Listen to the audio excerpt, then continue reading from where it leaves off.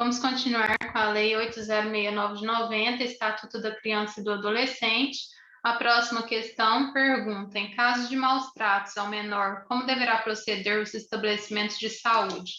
E a gente encontra a resposta no artigo 13, os casos de suspeita ou confirmação de castigo físico, de tratamento cruel ou degradante e de maus tratos contra criança ou adolescente serão obrigatoriamente comunicados ao Conselho Tutelar da respectiva localidade, sem prejuízo de outras providências legais. Então, aqui, a comunicação deve ser ao Conselho Tutelar, sem prejuízo de outras autoridades locais,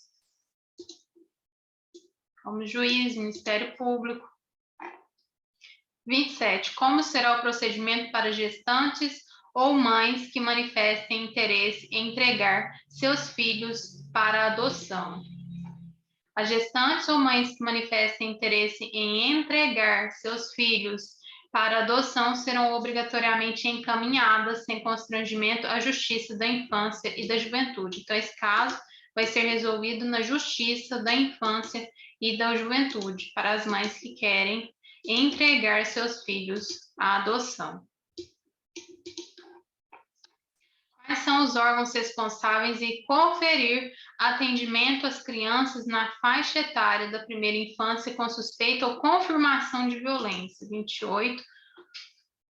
Aí o 28 aqui vai dizer o seguinte: nesses casos de violência ou confirmação de violência, os serviços de saúde em suas diferentes portas de entrada, serviços de assistência social em seu componente especializado, o Centro de Referência Especializado de Assistência Social, CREAS, e os demais órgãos do Sistema de Garantia de Direitos da Criança e do Adolescente deverão conferir máxima prioridade ao atendimento das faixas das crianças na faixa etária da primeira infância com suspeita ou confirmação de violência de qualquer natureza, formulando projeto terapêutico singular que inclua intervenção em rede e, se necessário, acompanhamento domiciliar.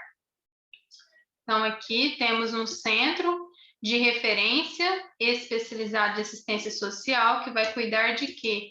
Dessas crianças em faixa etária da primeira infância com suspeita ou confirmação de violência. Então, essas crianças serão cuidadas aqui com total acompanhamento por esse centro e pelo órgão Sistema de Garantias de Direitos da Criança e do Adolescente. Então, vamos colocar isso lá, porque está querendo saber como será tratada essa criança que tenha sofrido violência. Quais serão esses órgãos? Que estão aqui os órgãos: Centro de Referência Especializado da Assistência Social e o Sistema de Garantia de Direitos da Criança e do Adolescente. Quais são os aspectos do direito à liberdade conferidos à criança e ao adolescente? 9. Então, entramos aqui nos direitos à liberdade, ao respeito e à dignidade. E aqui nós vemos que esses direitos à liberdade compreendem os seguintes aspectos. Inciso 1. Ir, vir, estar nos logradouros públicos, espaços comunitários, ressalvadas as restrições legais. 2. Opinião e expressão. 3. Crença e culto religioso. 4. Brincar, praticar esportes e divertir-se. 5. Participar da vida familiar e comunitária sem discriminação. Inciso 6. Participar da vida política na forma da lei. Inciso 7. Buscar refúgio, auxílio e orientação. Então, são esses os direitos que pertencem à liberdade. Saímos de uma perspectiva da criança que não tem nenhum tipo de importância em termos da sua opinião, da sua expressão, para a criança que tem sim importância por ser sujeito de direitos. Então, o artigo 16 traz o rol que vai ser um rol significativo nos termos dos direitos de liberdade da criança.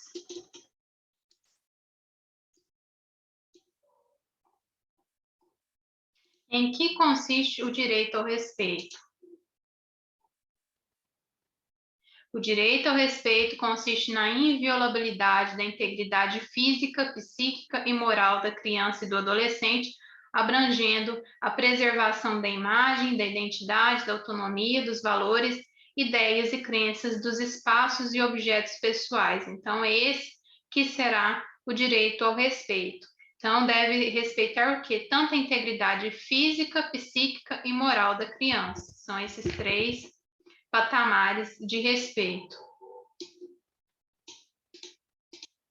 E aqui a gente vê que a não agressão vai incluir aqui não só o patamar físico, mas também o patamar psíquico.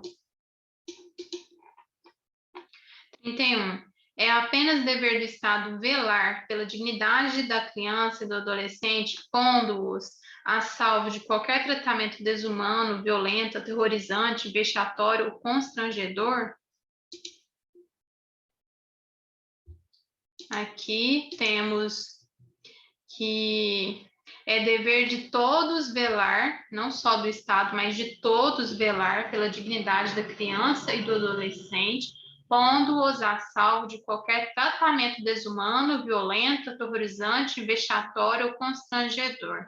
Então, qualquer pessoa que vê que essa criança está sendo ali abusada, que essa criança está sendo violentada, tem o dever de velar pela dignidade desse menor. Então, vamos colocar isso aqui, que não é só o Estado, mas sim dever de todos.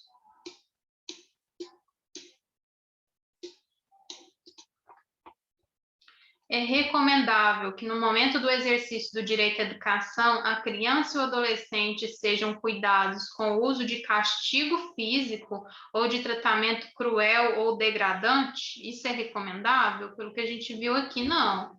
Artigo 18A, a criança e o adolescente têm o direito de ser educados e cuidados sem o uso de castigo físico ou de tratamento cruel ou degradante, como formas de correção, disciplina, educação ou qualquer outro pretexto, pelos pais, pelos integrantes da família ampliada, pelos responsáveis, pelos agentes públicos, executores das medidas socioeducativas ou por qualquer pessoa encarregada de cuidar deles, tratá-los, educá-los ou protegê-los, sem o uso de castigo físico ou tratamento cruel ou degradante.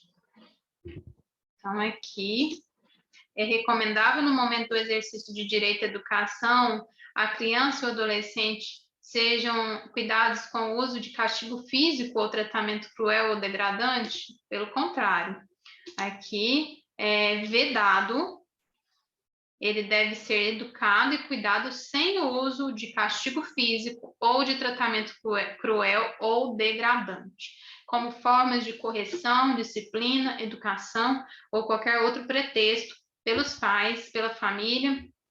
Isso não é pretexto, nem pelos pais, nem pela família, nem pelos responsáveis ou agentes públicos executores de medidas socioeducativas. Então, todas essas pessoas estão proibidas de educar por esse meio, por meio de castigo físico ou de tratamento cruel ou degradante, como forma de correção, disciplina, educação ou qualquer outro pretexto. Então, aqui não é possível, não é recomendável.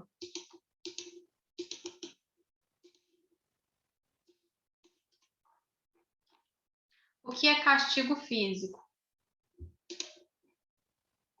Para fins desta lei, considera-se castigo físico a ação de natureza disciplinar ou punitiva aplicada com o uso da força física sobre a criança ou adolescente que resulte em sofrimento físico ou de lesão. Esse é o castigo físico.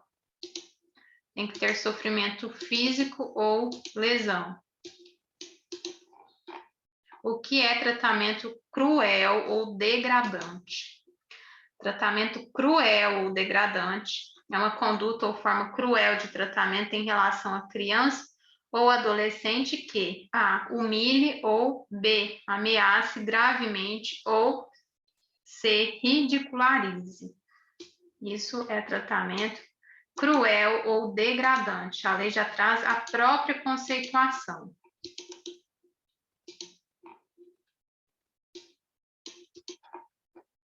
Quais são as sanções aplicadas aos pais os integrantes da família ampliada, os responsáveis, os agentes públicos, executores de medidas socioeducativas ou qualquer pessoa encarregada de cuidar de crianças e de adolescentes, tratá-los, educá-los ou protegê-los que utilizarem castigo físico ou tratamento cruel ou degradante como formas de correção, disciplina e educação.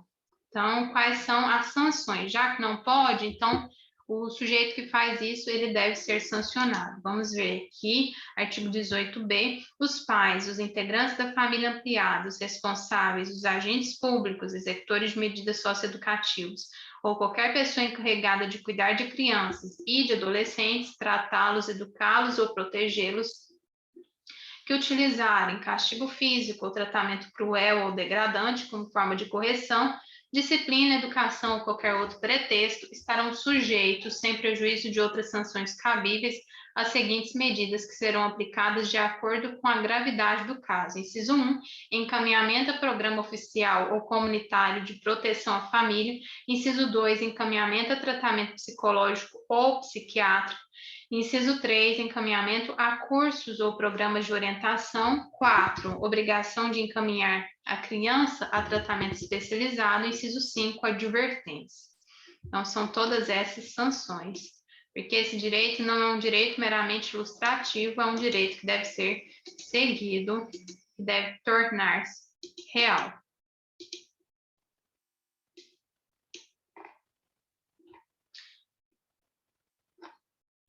Do direito à convivência familiar e comunitária. 36. É possível inserir a criança ou adolescente como regra na família substituta? Será que a família substituta ela é a regra? Ou será que a regra é a permanência da criança na sua família natural? Vamos ver isso na Lei 8069, de 90.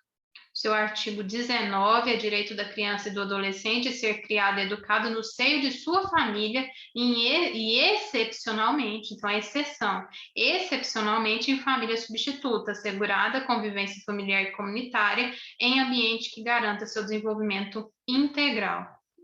Então, não é regra, família substituta é exceção, excepcionalmente.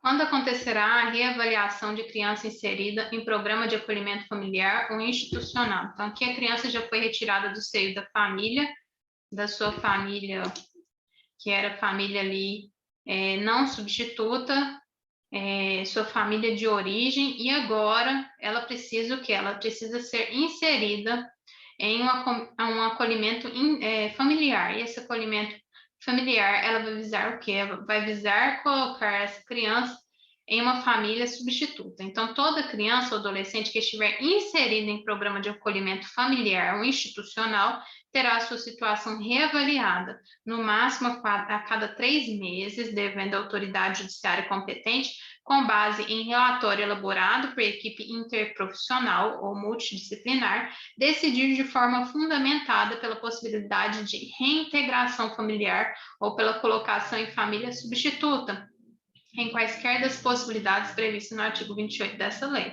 Então, se for ali a questão de colocação em família substituta e já estiver nesse procedimento, é necessário essa reavaliação, esse acompanhamento de 3 em 3 meses. E também vamos notar aqui essa necessidade para reintegração familiar, para saber se essa família está preparada para reintegrar essa criança no seu seio. Então, aqui é tanto a colocação em família substituta, que é necessário fazer esse planejamento, essa reavaliação ali com a equipe de assistência social e toda essa rede de apoio, para que ali a rede também que inclui psicólogos, para que ali nós possamos ver se é possível a reintegração familiar ou realmente possível a colocação dessa criança, se ela vai ser adaptada realmente nessa família substituta. Então, de 3 em 3 meses é necessária essa reavaliação. A questão é se essa reavaliação é necessária, de 3 em 3 meses.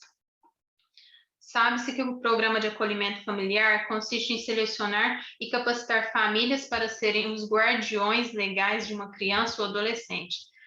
Segundo o Gediel Claudino, o acolhimento tem natureza provisória, devendo subsistir apenas pelo tempo necessário para o juiz decidir sobre o destino definitivo do menor. Então, esse acolhimento, quando a criança é acolhida, vai ser por tempo provisório, só até o juiz ter essa cognição, essa certeza de que esse destino vai ser o destino definitivo do menor. Isso não pode ser feito de qualquer forma. Então, é necessário que um tempo para saber se realmente vai haver essa adaptação e se esse é realmente o interesse do menor. Volta para a família natural, colocação em família substituta. Então, esse destino definitivo do menor será definitivo tanto para voltar para a família natural ou para colocá-lo em família substituta. Qual o prazo para a permanência da criança e do adolescente nesse tipo de acolhimento?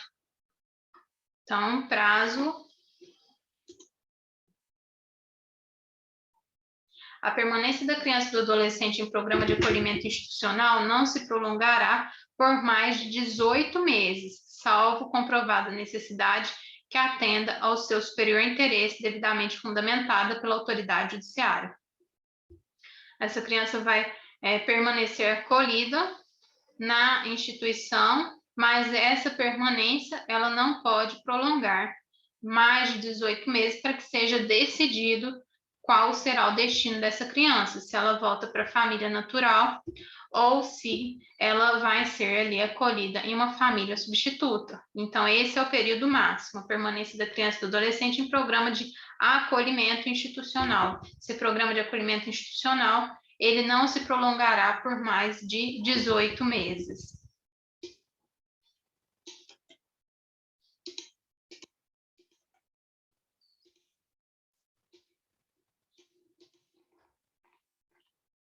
Qual é a família preferencial de acolhimento da criança e do adolescente? A família preferencial é a família biológica. Então, aqui, parágrafo 3º, a manutenção e reintegração da criança e do adolescente à sua família terá preferência. Então, a família biológica, ela é preferencial se olhada pelo prisma aqui de qual será a família que terá o quê? Esse privilégio, essa observância maior para que essa criança seja reintegrada. Será a família biológica. Terá preferência em relação a qualquer outra providência, caso que será esta incluída em serviço de programa de proteção, apoio e promoção. Então, vamos primeiro tentar aqui manter essa criança com a mãe, se não for possível com a avó, se não for possível com a tia biológica. Então, todo esse procedimento vai tentar colocar essa criança na família biológica, se não for possível, na família substituta.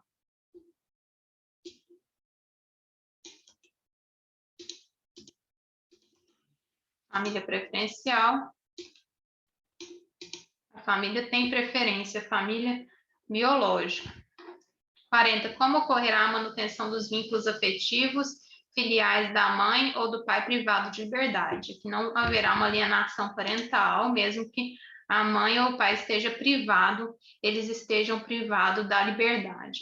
Parágrafo 4º, será garantida a convivência da criança e do adolescente com mãe ou pai, privado de liberdade por meio de visitas periódicas promovidas pelo responsável ou nas hipóteses de acolhimento institucional pela entidade responsável, independentemente de autorização judicial. Então, para levar essa criança até a mãe ou o pai privado de liberdade, não é necessária autorização judicial. Então, é desejável a convivência da criança e do adolescente com seus pais. Essa é a redação aqui do parágrafo 4º deste artigo.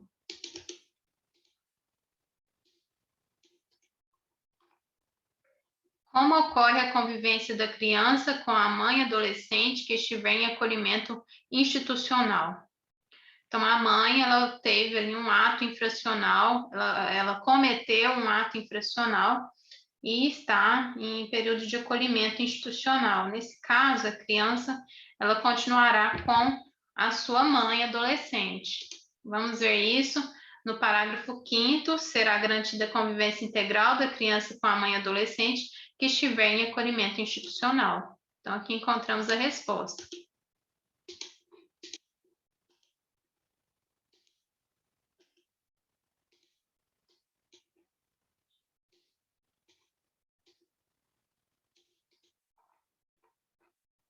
Como será o procedimento da gestante ou mãe que manifeste interesse em entregar seu filho para adoção? A mãe adolescente será assistida por equipe especializada multidisciplinar. A gestante ou a mãe que manifeste interesse em entregar seu filho para adoção antes ou logo após o nascimento será encaminhada à Justiça da Infância e da Juventude.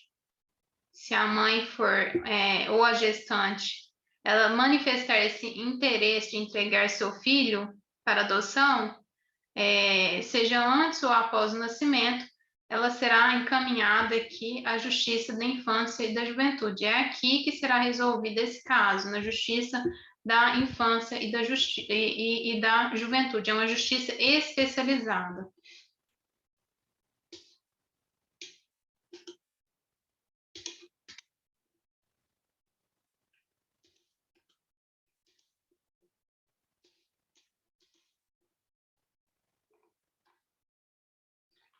43.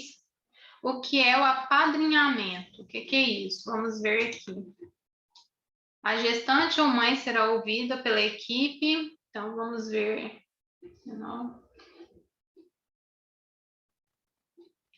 Apadrinhamento. A gestante ou mãe será ouvida pela equipe interprofissional da Justiça, da Infância e da Juventude, que apresentará relatório à autoridade judiciária, considerando inclusive os eventuais efeitos do estado gestacional. Então, aqui faz parte do artigo 19.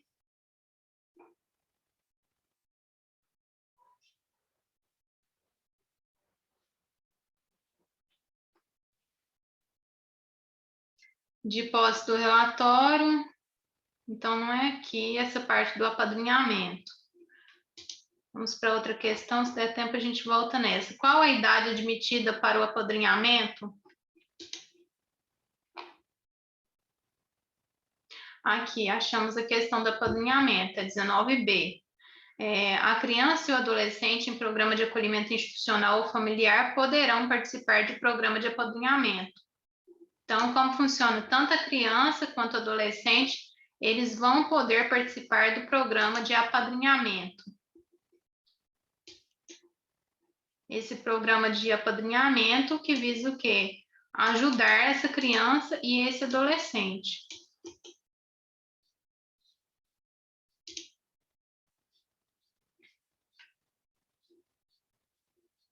E qualquer criança ou adolescente que esteja nesse programa de acolhimento, ele pode participar do programa de apadrinhamento. Qual a idade admitida para o apadrinhamento?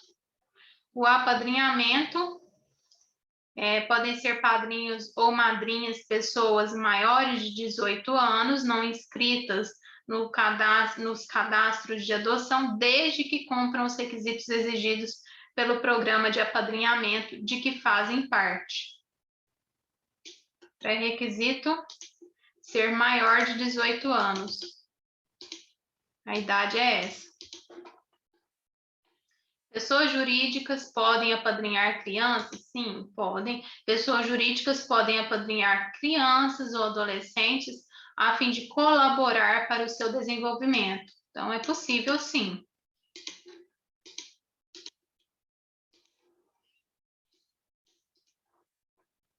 Qual o perfil da criança ou do adolescente a ser apadrinhado? O perfil da criança ou do adolescente a ser apadrinhado será definido no âmbito de cada programa de apadrinhamento, com prioridade para crianças ou adolescentes com remota possibilidade de reinserção familiar ou colocação em família adotiva. Então, aquelas crianças ou adolescentes que estão sendo deixadas ali de lado na questão da reinserção familiar, elas serão as crianças com absoluta prioridade aqui nesses programas de acolhimento, que é o programa de apadrinhamento.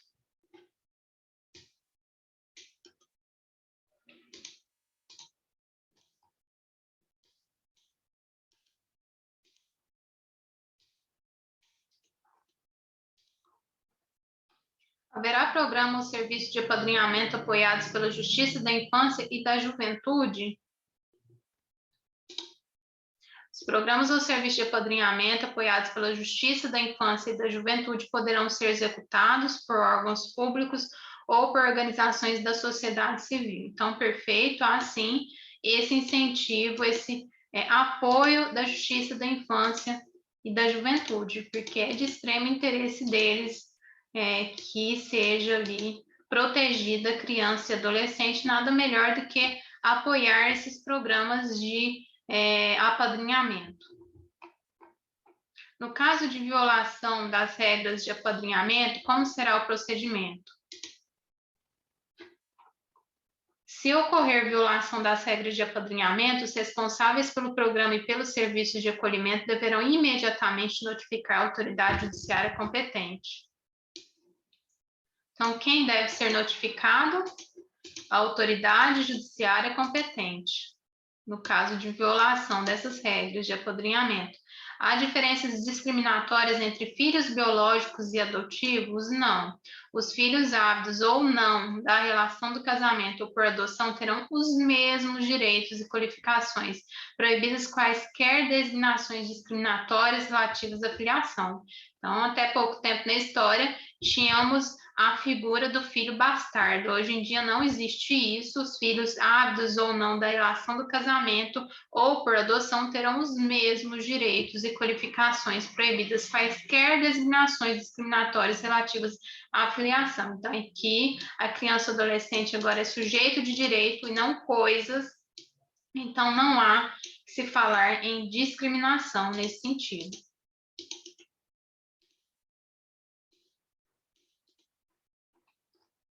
Como será exercido o poder familiar?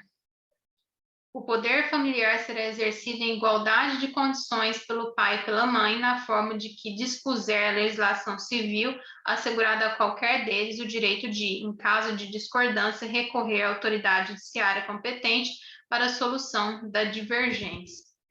E a igualdade será de condições. Então, é só a mãe que deve cuidar? Não, é a mãe e também o pai.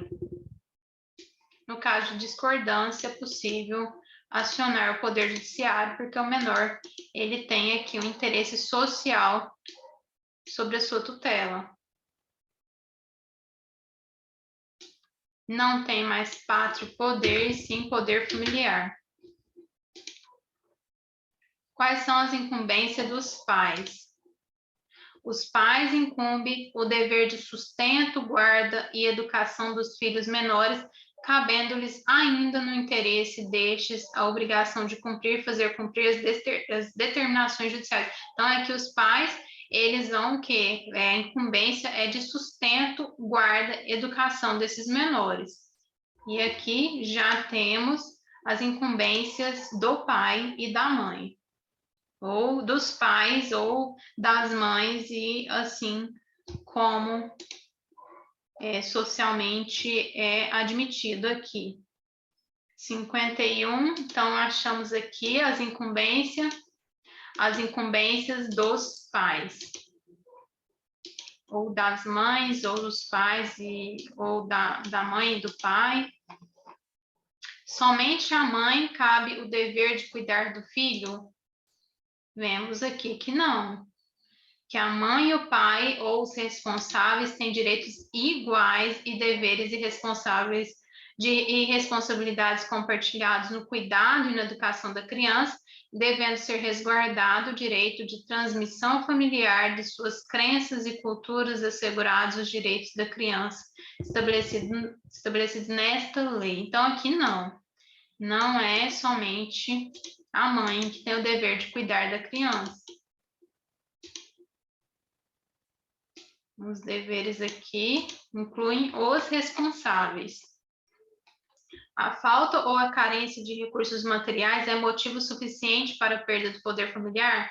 Então, o cidadão nasceu em uma família pobre, e é porque ele nasceu na família pobre que essa família não vai ter condição de cuidar dessa pessoa? Não, exatamente não. A falta ou a carência dos recursos materiais não constitui motivo suficiente para a perda ou a suspensão do poder familiar.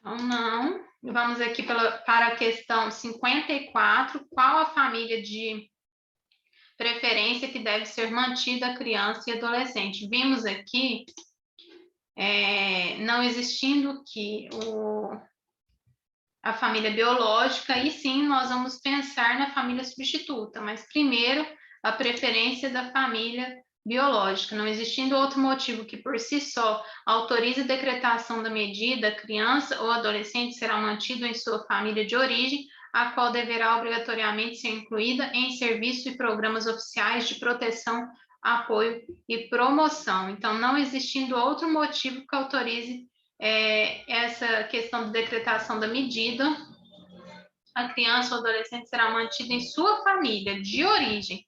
Então, aqui é a preferência da família de origem, a qual deverá obrigatoriamente ser incluída em serviços e programas oficiais de proteção, apoio e promoção. Então, a primeira coisa aqui é a inclusão dessa família de origem em programas de apoio para que essa criança, em uma primeira instância, ela fique aqui junto da família de origem e não da família substituta.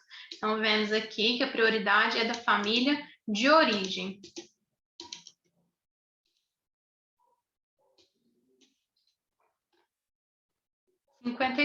A condenação criminal do pai ou da mãe implicará a destituição do poder familiar? Então, se a mãe ou o pai foi condenado aqui a uma pena privativa de liberdade, por exemplo, eles vão ter aqui a destituição do poder familiar por consequência dessa aplicação de pena. Vamos ver. 23, parágrafo 2º, a condenação criminal do pai ou da mãe não implicará a destituição do poder familiar, exceto na hipótese de condenação por crime doloso sujeito à pena de reclusão contra outrem, igualmente titular do mesmo poder familiar ou contra o filho, filha ou outro descendente. Então, a condenação não implica a destituição do poder familiar, exceto nessa hipótese de crime doloso sujeito à pena de reclusão contra o titular do mesmo poder familiar ou contra o filho. Então, se ele foi aqui condenado porque ele matou sua esposa, porque ele estuprou o seu filho ou sua filha, então esse é um motivo para a perda do poder familiar. Tirando isso, a condenação criminal não é motivo para destituição do poder familiar. É isso que está falando aqui o parágrafo 2º.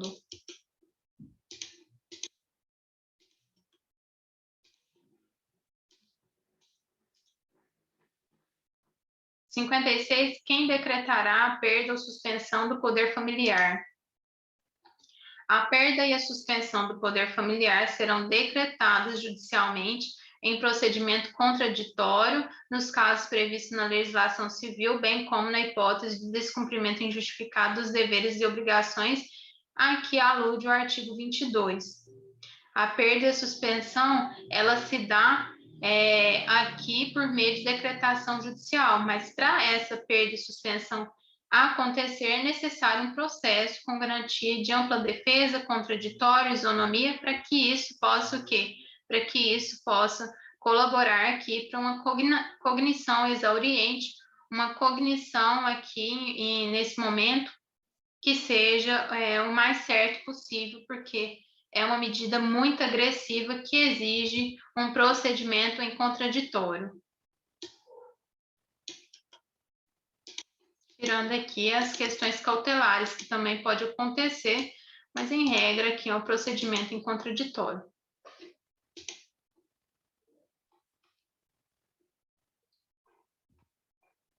Da família natural. O que é família natural? Entende-se por família natural a comunidade formada pelos pais ou qualquer deles e seus descendentes.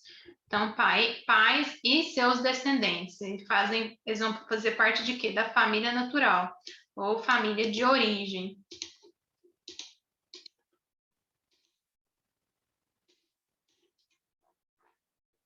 O que é a família extensa?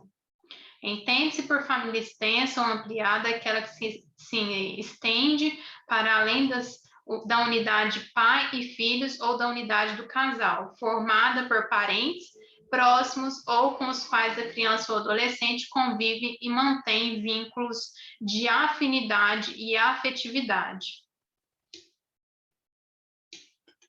Aqui é aquela mãe de coração, aquele pai de coração. Então, entende-se por família extensa ou ampliada aquela que se estende para além da unidade pais e filhos ou da unidade do casal, formada por parentes próximos. Então, aqui vai se estender até mesmo para parentes próximos com os quais a criança ou adolescente convive e mantém vínculos de afinidade e de afetividade. Nós vemos que a família não é formada só por meio de pais e filhos, e aí, às vezes, a família extensa da pessoa própria, os próprios avós, tios, e assim podemos perceber aqui os graus de afeto e de afinidade, e essa será o que? Uma família extensa ou ampliada. Vamos para a próxima questão. 59. Como poderão ser reconhecidos filhos ávidos fora do casamento? Os filhos ávidos fora do casamento poderão ser reconhecidos pelos pais, conjunta ou separadamente, no próprio termo de nascimento, por testamento, mediante escritura ou outro documento público, qualquer que seja a origem da filiação.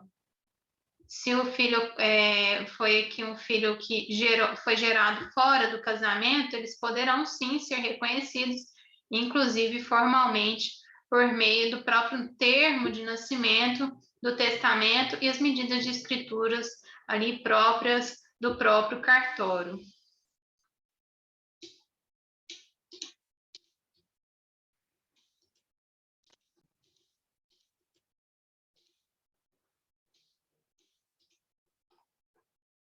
Só é possível o reconhecimento quando do nascimento do filho. Vamos ver que na própria lei, o reconhecimento pode preceder o nascimento do filho, então antes do nascimento do filho, ou suceder-lhe ao falecimento, se deixar descendentes. Então, mesmo depois de falecido o filho, é possível o seu reconhecimento, e mesmo antes do seu nascimento. Bem interessante isso aqui.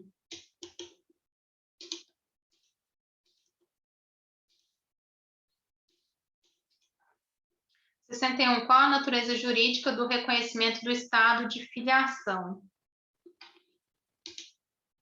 O reconhecimento do estado de filiação é direito personalíssimo, indisponível, imprescritível. Então, a qualquer momento, aquela criança ela pode sim acionar a justiça ali por meio de seu representante para ter o reconhecimento do estado de filiação. Então, esse é um direito personalíssimo, natureza personalíssima, indisponível e imprescritível, podendo ser exercitado contra os pais e seus herdeiros sem qualquer restrição, observado o segredo de justiça.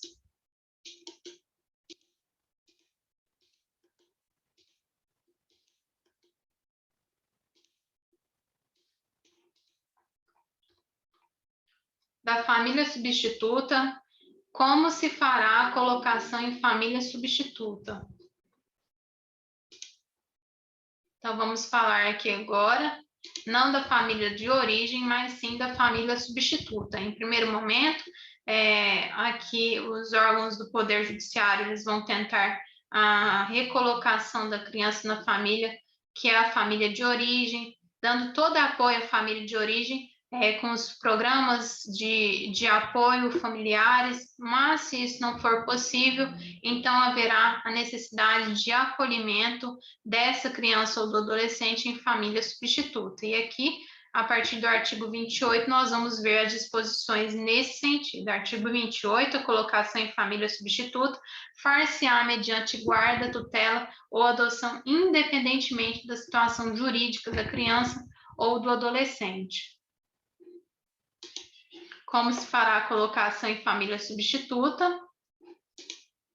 A colocação far-se-á mediante guarda, então, guarda, tutela ou adoção. Vão ser essas as possibilidades: guarda, tutela e adoção.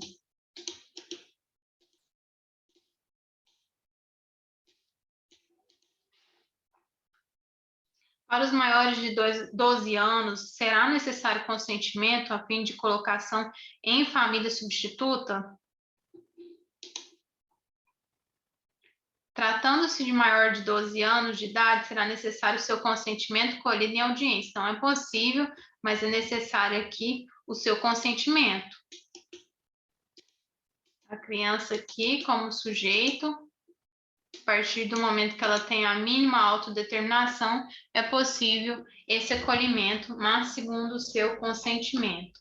64, como se deve funcionar a adoção para grupos de irmãos?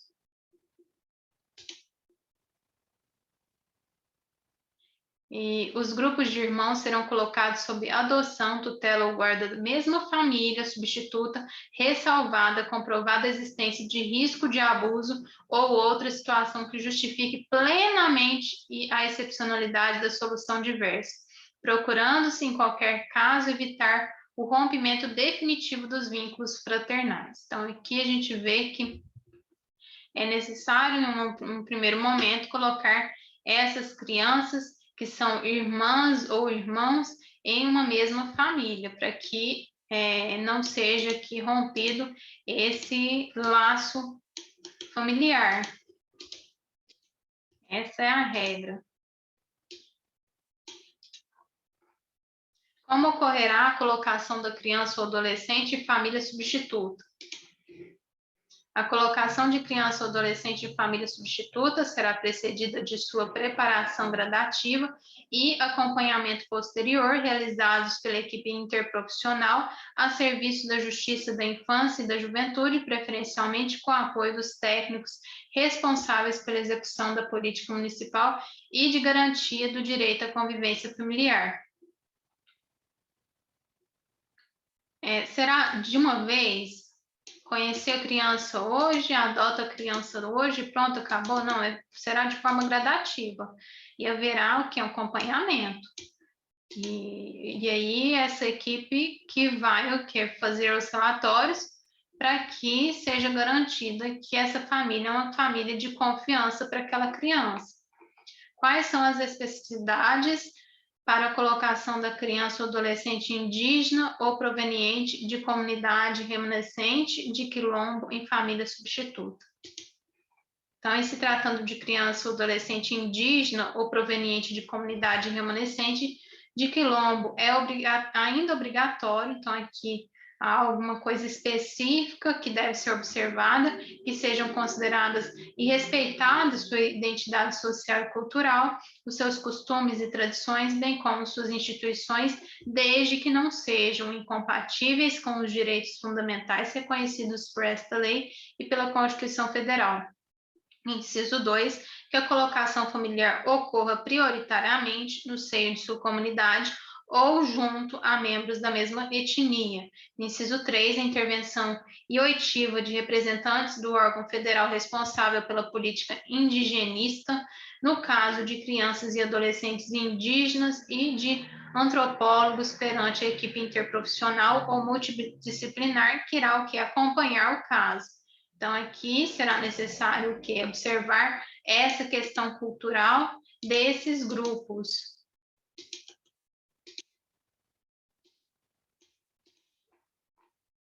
É possível a transferência de criança ou adolescente a terceiros ou a entidades governamentais ou não governamentais? É até possível, mas isso não é regra. Não se definirá aqui a colocação em família substituta, as pessoas que revelem por qualquer outro modo a incompatibilidade.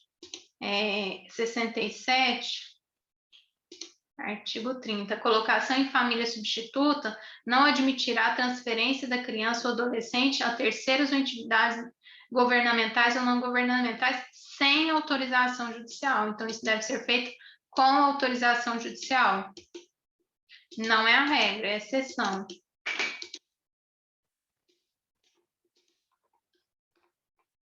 possível a colocação em família da criança ou adolescente, a família substituta estrangeira. Então, aqui a gente pode colocar a criança em família estrangeira ou essa é medida excepcional? Essa é medida excepcional. A colocação em família substituta estrangeira constitui medida excepcional, somente admissível na modalidade de adoção. Então, tutela e guarda não é admitido nessa hipótese.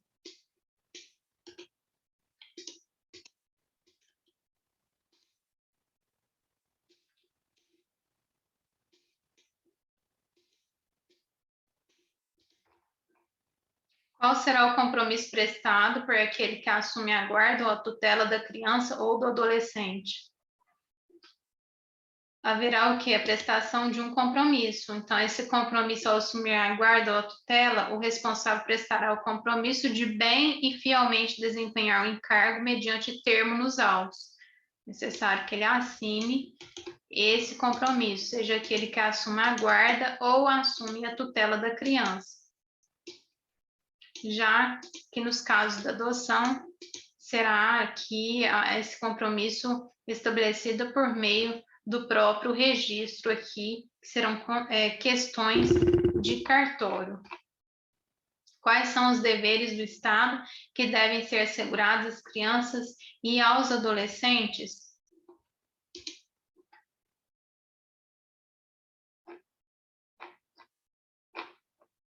Aqui vem da tutela, da adoção, da guarda.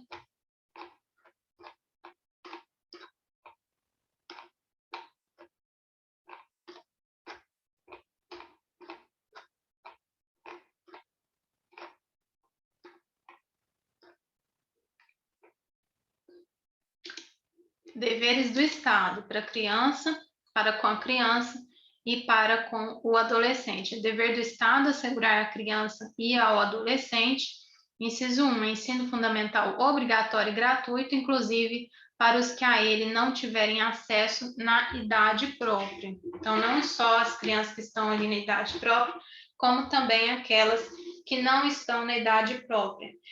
Inciso 2, progressiva extensão da obrigatoriedade e gratuidade ao ensino médio.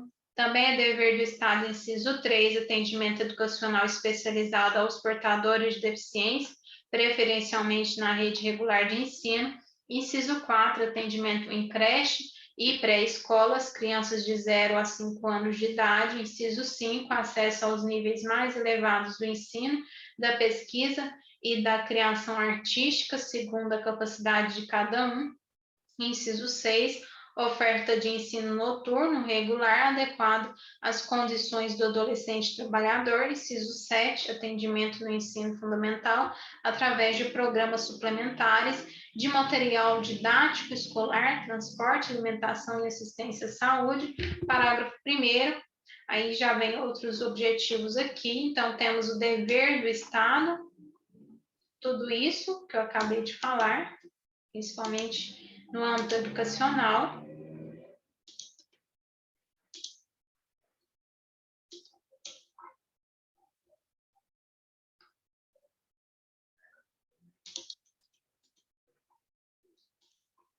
Qual a natureza jurídica do acesso ao ensino obrigatório e gratuito? A natureza jurídica vai ser de direito público subjetivo.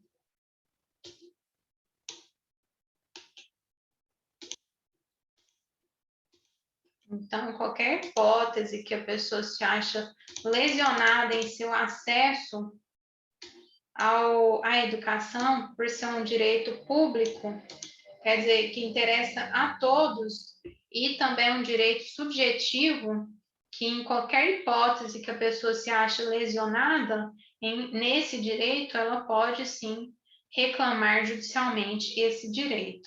Por isso, esse direito a natureza jurídica desse direito é de direito público subjetivo. De acordo com a Emenda Constitucional 59 de 2009, é dever dos pais matricular os filhos e dos municípios ofertar vagas suficientes para atender a demanda. Quais são as consequências do não oferecimento do ensino obrigatório pelo poder público ou sua oferta irregular? Então, haverá consequências aqui, inclusive responsabilidade da autoridade competente. O não oferecimento do ensino obrigatório pelo poder público ou sua oferta irregular importa o quê? Em responsabilidade da autoridade competente. Importa, sim, responsabilidade.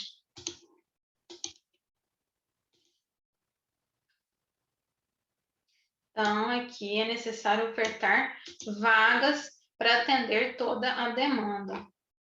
Os resultados mostraram que o programa Bolsa Família aumentou as matrículas da primeira à quarta série em 5,5% e de quinta à oitava série em 6,5% e diminuiu as taxas de abandono escolar em 0,5 ponto percentual nas escolas de primeira à quarta série e de 0,4% nas escolas ali de quinta à oitava série e aumentou as taxas de aprovação em cerca de 0,9 ponto percentual de primeira à quarta série e 0,3 ponto percentual da quinta à oitava série. Qual a forma de controle do poder público para garantir a Bolsa Família? Nesse caso, esse Bolsa Família fica condicionado também que essa criança ela exerça o seu direito à educação. Então, para fazer esse controle e fiscalização, é necessária a chamada para saber que essa criança está ali frequentando, ela é frequente à escola. Então, compete ao poder público recensear os educandos no sistema fundamental, fazer-lhes a chamada e zelar junto aos pais o responsável pela frequência à escola. Então, isso vai ter importância também no âmbito de programas sociais.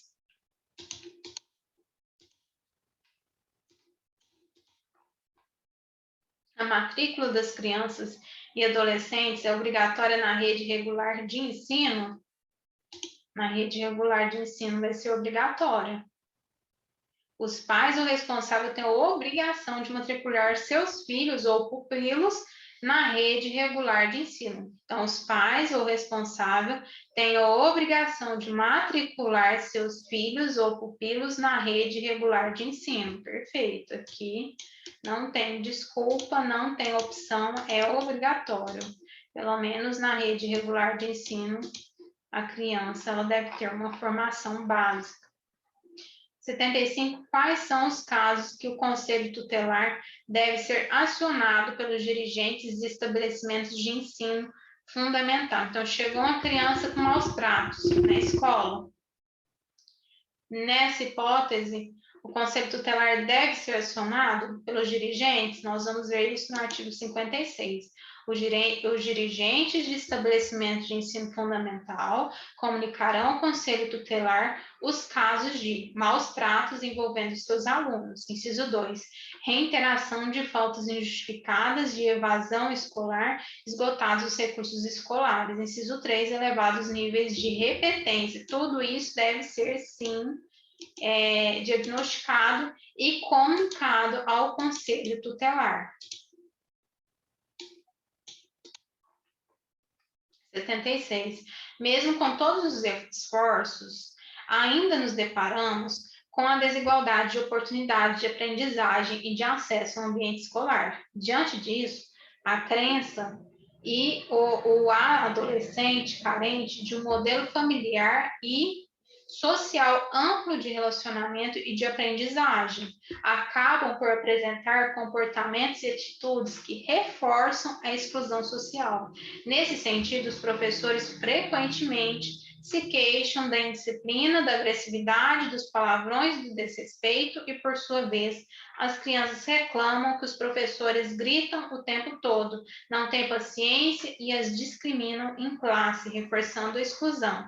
Nesse caso, pode o poder público inserir novas propostas relativas a calendário, seriação, currículo, metodologia, didática e avaliação que busque a inclusão? Então, aqui nós temos reclamações de todos os lados, tanto dos professores que não há um respeito dos alunos e quanto dos alunos que não há o respeito dos professores. E aqui, então, está tudo errado, não está dando certo, e é possível, então, o poder público, ele insira novas propostas relativas a calendário, metodologia, é possível modificação dessa educação, segundo o artigo 57, é possível, sim, o poder público estimulará pesquisas, experiências e novas propostas relativas a calendário, seriação, currículo, metodologia, didática e avaliação, com vistas à inserção de criança e adolescente excluídos do ensino fundamental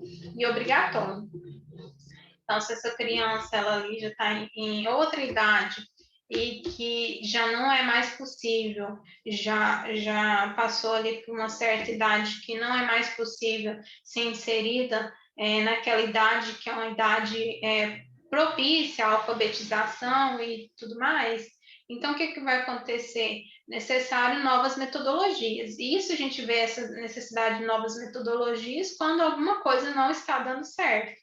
Quando alguma coisa não está dando certo, é necessário mudança. Para quê? Para que a gente possa abordar novos caminhos, novas metodologias, para que essa coisa ela aconteça, porque o objetivo é esse. O objetivo a ser alcançado é formar um sujeito de caráter, um sujeito educado, um sujeito responsável, mas para isso é necessário que tenha aqui uma base de respeito à própria criança e ao próprio adolescente. Sem essa base, não é possível que alcance os objetivos previstos aqui no Estatuto da Criança e do Adolescente. Então, o poder público ele deve estimular pesquisas e experiências diferentes, principalmente quando houve o quê? Uma exclusão, uma desigualdade de oportunidade de aprendizagem e que essa criança, então, ela fica para trás e ela precisa de novas abordagens, novas metodologias. Agora, a questão 77. Questão 77, ela fala o seguinte: a Convenção sobre os Direitos da Criança diz na inteligência do seu artigo 29 que os Estados partes reconhecem que a educação da criança deverá estar orientada no sentido de imbuir na criança o respeito aos seus pais, à sua própria identidade cultural, ao seu idioma e seus valores, os valores nacionais do país em que reside, aos do eventual país de origem e aos das civilizações diferentes da sua. Então, aqui respeita a diversidade, inclusive a nossa própria diversidade no âmbito cultural, no âmbito de nossa origem. Há no Estatuto da Criança e do Adolescente algum dispositivo de respeito aos valores culturais no processo educacional? Sim. Vamos ver que no artigo 59 diz: os municípios, com o apoio dos estados da União, estimularão e facilitarão a destinação de recursos e espaços para programações culturais, esportivas e de lazer voltadas para a infância e a juventude. No artigo 58, no processo educacional, vai ser respeitar-se-ão os valores culturais, artísticos e históricos próprios do contexto social da criança e do adolescente, garantindo-se estes a liberdade de criação e acesso às fontes de cultura. Então, vai ser, sim, respeitado esses direitos culturais por meio deste artigo 58, que traz aqui de forma mais precisa o respeito a esse processo cultural de valores culturais. 78. Qual o papel do município no processo educacional? Os municípios, com o apoio dos estados e da União, estimularão e facilitarão a destinação de recursos e espaços para programações culturais, esportivas e de lazer voltadas para a infância e a juventude. Então, aqui vai se voltar o quê?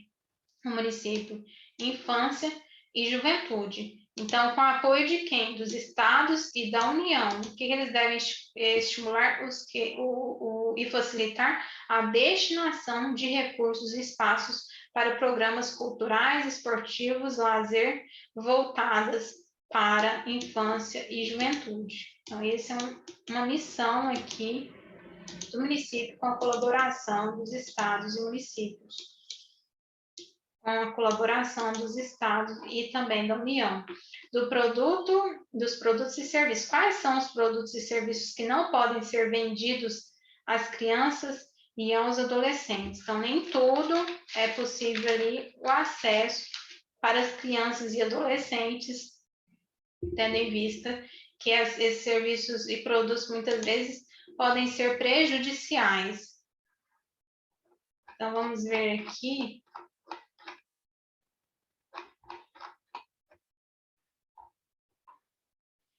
É proibida a venda a criança ou adolescente de armas. Então, a criança não pode mexer com armas, munições e explosivos. 2, bebidas alcoólicas. 3, produtos cujos componentes possam causar dependência física ou psíquica, ainda que por utilização indevida. Cigarro pode? Não. Bebida pode? Também não. Inciso 4, fogos de estampido e de artifício, exceto aqueles que, pelo seu reduzido potencial, sejam incapazes de provocar qualquer dano físico em caso de utilização indevida. Inciso 5, revistas de publicações que alude aqui o artigo 78. Inciso 6, os bilhetes lotéricos e equivalentes. Então, a criança também não pode ter acesso a esses jogos, para evitar o quê? Esse tipo de vício que não vai levar a criança a nada. Então, vamos colocar aqui as proibições. É possível a hospedagem de criança ou adolescente em hotel? Não, é proibida. É proibida a hospedagem da criança ou adolescente em hotel, motel, pensão ou estabelecimento congênere, salvo se autorizado ou acompanhado por pais irresponsáveis. Então, que se autorizado judicialmente ou acompanhado pelos pais ou responsáveis, aí sim é possível que esses adolescentes se hospedem em determinado hotel, por exemplo. Então, aqui é necessário que o acompanhamento dos pais ou responsáveis.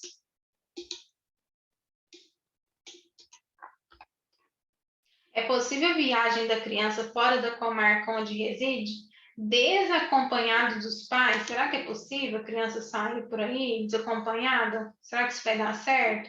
Então, vamos ver aqui que o artigo 83 diz que nenhuma criança ou adolescente menor de 16 anos poderá viajar para fora da comarca onde reside, desacompanhado dos pais ou dos responsáveis sem expressa autorização judicial. Então, assim, é possível, mas isso deve ser o quê? Deve ser autorizado judicialmente, caso essa criança ou adolescente esteja aqui desacompanhado dos pais ou dos responsáveis.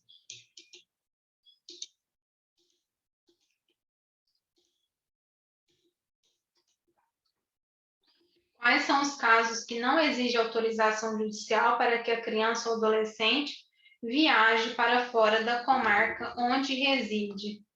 Então, há algum caso que não vai exigir aqui autorização judicial? Somente se ele estiver acompanhado do representante. Vamos ver isso melhor no artigo 83, parágrafo 1º.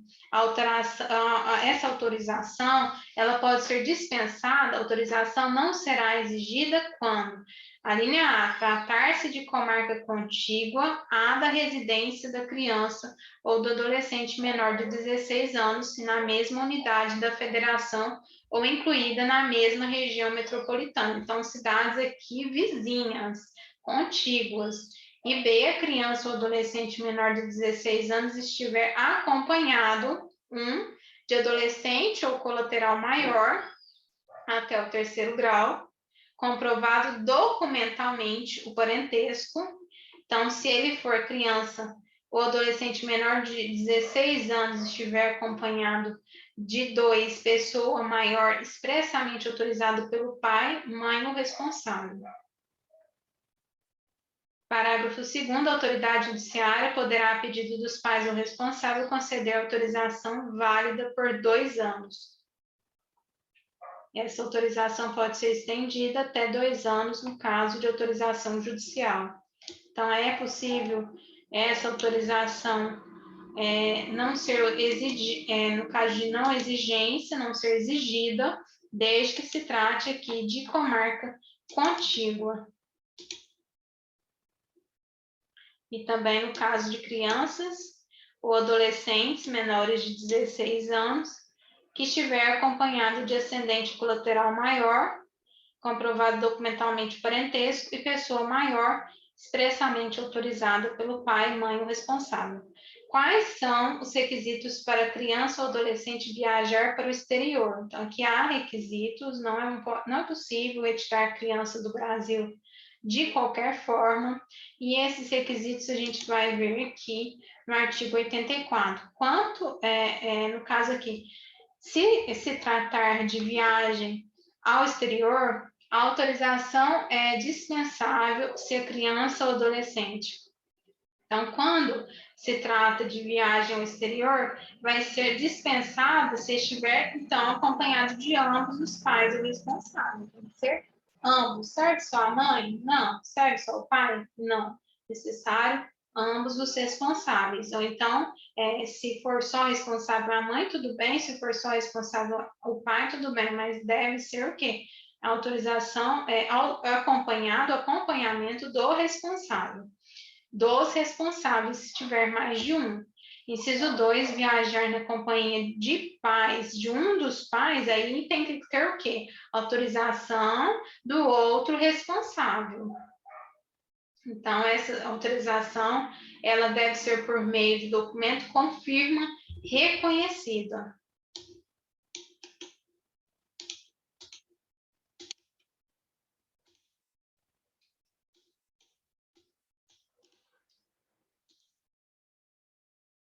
Ou acompanhado de todos os responsáveis, ou então necessário ser acompanhado de um deles e autorização com firma reconhecida por outro responsável. Então, esses são os requisitos para a criança viajar para o exterior. 84. Sem prévia e expressa autorização judicial, poderá a criança ou adolescente nascido em território nacional sair do país em companhia de estrangeiro, residente ou domiciliado no exterior? Não pode, lógico que não. Sem prévia e expressa autorização judicial, nenhuma criança ou adolescente nascido em território nacional poderá sair do país em companhia de estrangeiro residente ou domiciliado no exterior. Então, aqui é necessária autorização judicial para criança e adolescente que é nascido aqui no território nacional, no Brasil, para que ele possa sair daqui em companhia de um estrangeiro residente ou domiciliado aqui no exterior.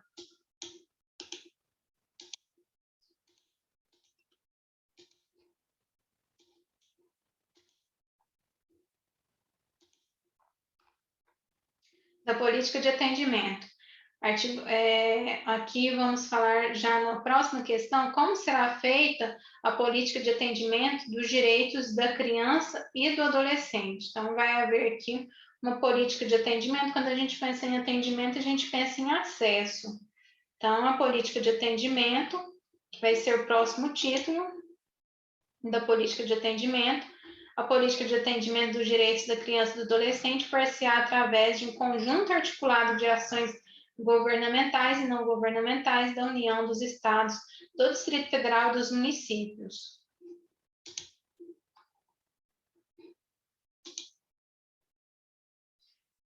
Então, a política de atendimento vai ser feita de forma articulada pelos órgãos de ações governamentais e também não governamentais. Tudo que puder ajudar aqui no atendimento desses direitos, sejam órgãos governamentais ou não governamentais, é necessário incluí-los em uma política de quê? De atendimento. Todos os órgãos que vier para colaborar, seja com serviço de educação, serviço de saúde, todos esses órgãos, sejam eles governamentais ou não governamentais, que atendem as crianças em suas necessidades, eles fazem parte da política de atendimento dos direitos da criança e do adolescente. Vamos para a próxima questão. Quais são as linhas de ações da política de atendimento?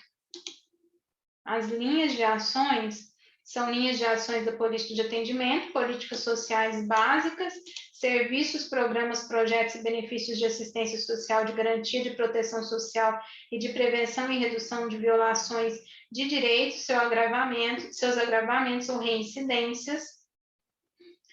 3. Serviços especiais de prevenção e atendimento médico e psicossocial às vítimas de negligência, maus tratos, exploração, abuso, crueldade e opressão. 4. Serviço de identificação e localização de pais responsáveis, crianças e adolescentes desaparecidos.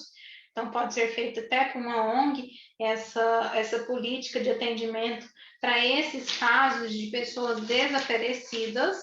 Então, a gente vai ver aqui que todos esses serviços, eles visam o atendimento, são linhas de ações, a proteção jurídico-social por entidades de defesa dos direitos da criança e do adolescente.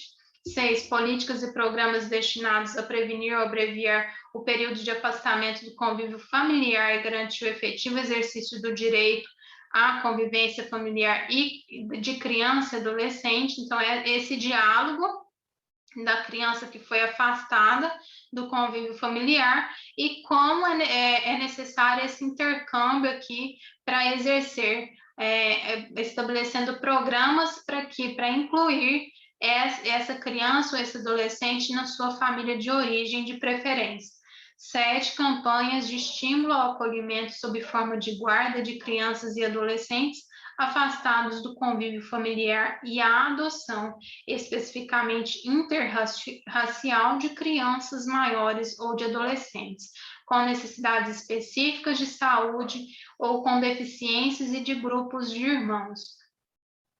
Há aqui um sistema também para resguardar os direitos dessas crianças com deficiência, então aqui também é muito importante, e são essas as linhas da política de atendimento.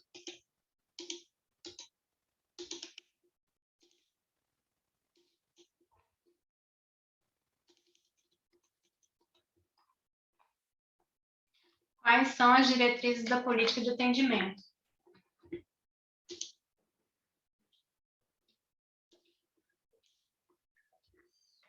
São diretrizes da política de atendimento. Municipalização do atendimento, o âmbito local, cultural vai ser muito importante para essa municipalização, para a justificativa da municipalização do atendimento.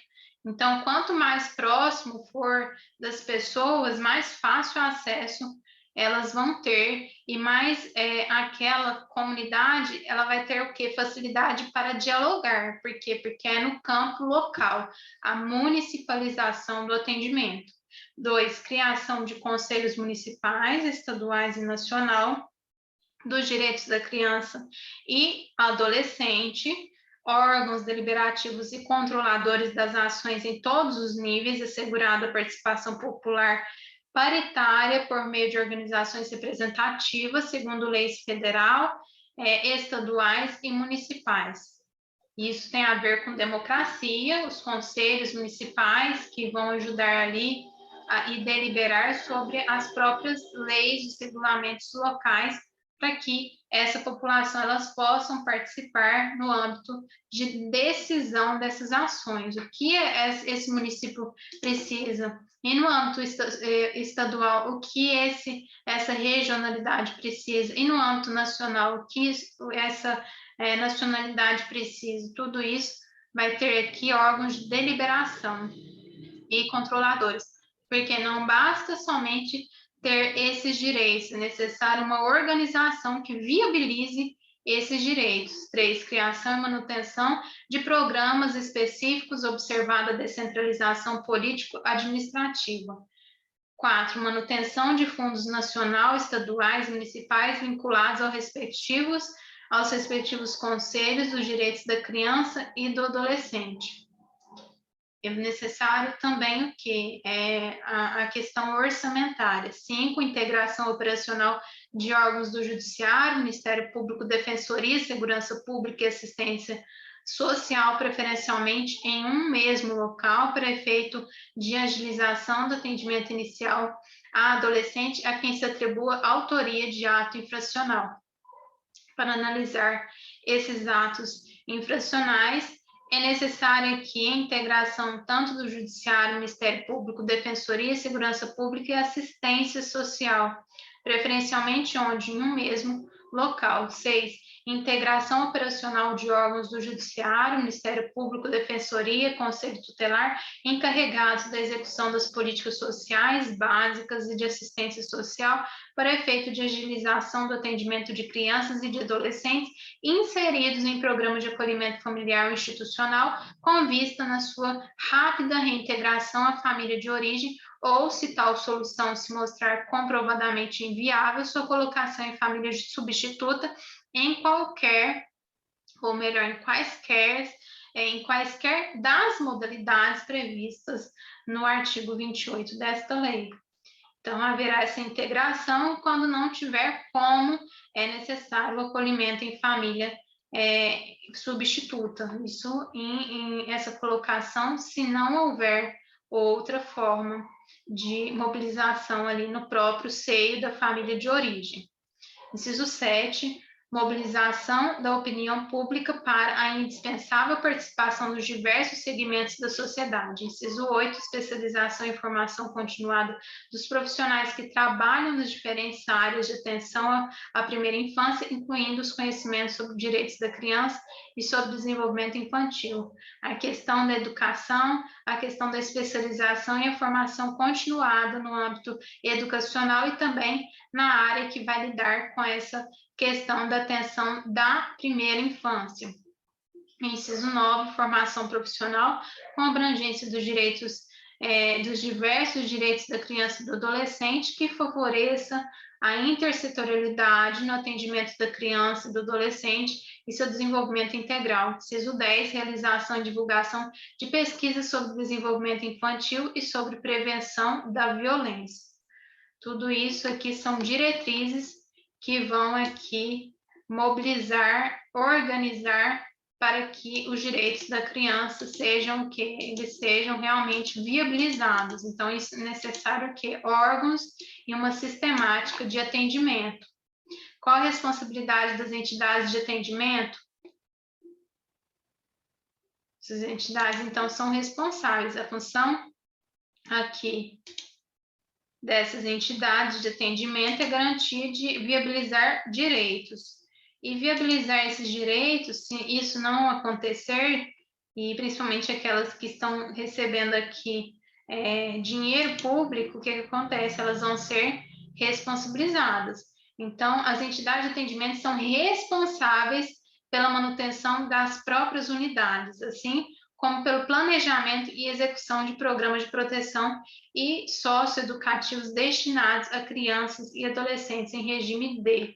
Inciso 1, orientação e apoio sociofamiliar. Inciso 2, apoio socioeducativo em meio aberto. Inciso 3, colocação familiar. Inciso 4, acolhimento institucional. Inciso 5, prestação de serviço à comunidade. Inciso 6, liberdade assistida. Inciso 7, semi-liberdade. E 8, internação. Todas essas são o quê? São de responsabilidade das entidades de atendimento. Orientação, apoio, a questão também do menor que precisa prestar aqui determinado serviço à comunidade, a liberdade assistida, a semi-liberdade e, nos casos mais graves, o caso de internação. Tudo isso é de responsabilidade dessas entidades de atendimento. Qual o prazo de reavaliação dos programas executados e reavaliados pelo Conselho Municipal dos Direitos da Criança e do Adolescente?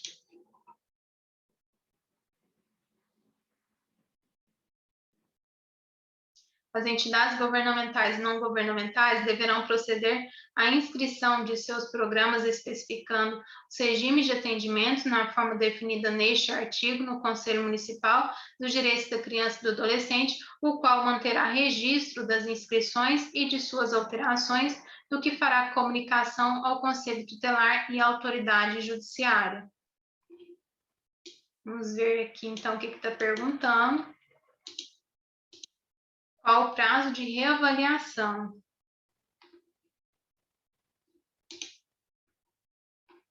Os programas em execução serão reavaliados pelo Conselho Municipal dos Direitos da Criança e do Adolescente, no máximo a cada 2 anos. Então, esses conselhos, eles vão ser o quê? Os programas de execução serão reavaliados pelo Conselho Municipal dos Direitos. Há uma entidade que presta, então, o serviço para aquela criança e para o adolescente de atendimento, seja de apoio, de reinserção, e então esses programas eles devem ser o quê? Reavaliados constantemente. Mas qual que vai ser o prazo? No máximo a cada 2 anos. Não pode passar do período de 2 anos para que haja ali um controle, uma fiscalização sobre esse atendimento. E aí a gente vai ver que tem critérios para renovação desse atendimento. Quais são os critérios de renovação da autorização de funcionamento dos programas que são realizados pelo Conselho Municipal dos Direitos da Criança e do Adolescente?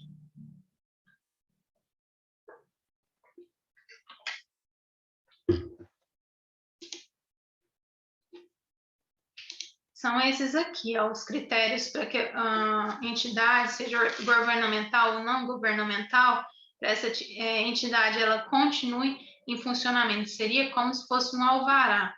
Então, inciso 1, o efetivo respeito às regras e princípios desta lei, bem como as resoluções relativas à modalidade de atendimento prestado, expedidos pelos Conselhos de Direitos da Criança e do Adolescente em todos os níveis. Inciso 2, a qualidade e eficiência do trabalho desenvolvido, atestadas pelo Conselho Tutelar, pelo Ministério Público e pela Justiça da Infância e da Juventude. Inciso 3, em se tratando de programas de acolhimento institucional ou familiar, serão considerados os índices de sucesso na reintegração familiar. Então, tem que ter aqui índice, tem que ter o quê? Metas a serem alcançadas, ou de adaptação à família substituta, conforme o caso. Então, é necessário olhar tudo isso para ver se esse atendimento realmente está sendo um atendimento eficaz, de qualidade, que tenha todos os princípios da administração pública, como eficiência, legalidade, impessoalidade, né, publicidade, tudo isso deve ser o quê? Verificado, principalmente aqui, se esses programas estão o quê? Sendo acolhidos em seus fins também, quer dizer, se realmente os seus meios estão alcançando os fins, que é o que? A adaptação, a reintegração, o desenvolvimento dessas crianças, tudo isso deve ser o que? Analisado para que essa entidade ela possa continuar em funcionamento. Isso em cada 2 anos é analisado aqui por meio desse Conselho Municipal dos Direitos das Crianças e do Adolescente. Vamos para a próxima questão. A próxima questão fala o sistema de garantias dos direitos da criança e do adolescente ao conjunto de órgãos, entidades, serviços e programas de atendimento. Então, sistemas de garantias dos direitos das crianças e do adolescente é o conjunto desses órgãos, quer dizer, esses órgãos que vai fazer o que? Funcionar esses direitos. Vai ser que a questão de executar esse serviço. Então, esse sistema de garantia, ele vai ser que um conjunto de órgãos, entidades, serviços e programas de atendimento responsáveis, direto ou indiretamente, pelo atendimento ou pela defesa dos direitos da criança e do adolescente em um determinado município. Em sua composição, encontramos entidades não governamentais. Quais são os critérios de admissibilidade para o seu funcionamento? Vamos então falar sobre as entidades aqui não governamentais e aqui é necessário perceber os critérios para o seu funcionamento. As entidades não governamentais também fazem parte dessa rede de apoio, desse sistema garantidor que realmente esses direitos vão ser viabilizados. Então, o artigo 91 traz especificando sobre as entidades não governamentais. As entidades não governamentais somente poderão funcionar depois de registradas no Conselho Municipal dos Direitos da Criança e do Adolescente, o qual comunicará o registro ao Conselho Tutelar e à autoridade judiciária da respectiva localidade. E aqui pergunta o quê? Pergunta se em sua composição encontramos entidades não governamentais e quais são os critérios de admissibilidade para o seu funcionamento. Então, será negado registro à entidade que. Então, os critérios, que se será negado o registro, os critérios devem ser o quê? Ao contrário, se é negado o registro para a instituição que não forneça instalações físicas, então significa que essas instituições elas devem fornecer as instalações físicas. Por quê? Porque será negado o registro à entidade que a linha A não ofereça instalações físicas em condições adequadas de habitabilidade, então tem que ser habitável, higiene, salubridade e segurança. A linha B, não apresente plano de trabalho compatível com os princípios desta lei. A linha C, esteja irregularmente constituída. A linha D, tenha em seus quadros pessoas idôneas. A linha E, não se adequar ou deixar de cumprir as resoluções e deliberações relativas à modalidade de atendimento prestado, expedidos pelos conselhos de direito da criança e do adolescente. Então, aqui é um órgão fiscalizador que vai o quê?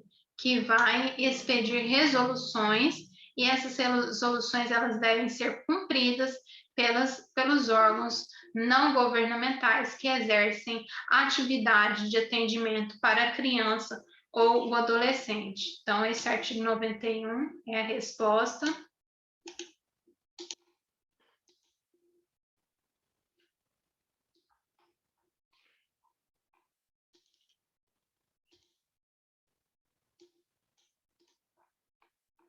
Noventa e dois, o sistema de garantias dos direitos da criança e do adolescente é formado pela integração e articulação entre o Estado, as famílias e a sociedade, para garantir e operacionalizar os direitos das crianças e adolescentes no Brasil. Entretanto, nem todas as entidades poderão participar. Quais são os casos que irá ser negado o registro à entidade? Então, aqui está, repetindo, 92 é aquilo que a gente já incrementou aqui em cima.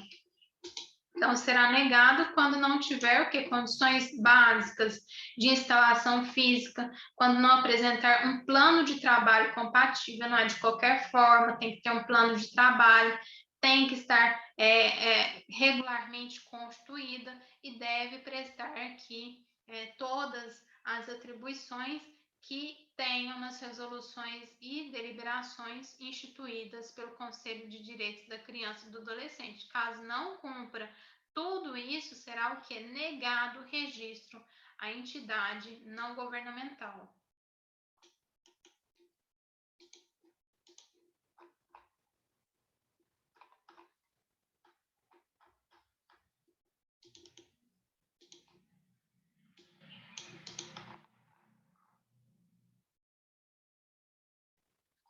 Então, nem todas as entidades poderão participar.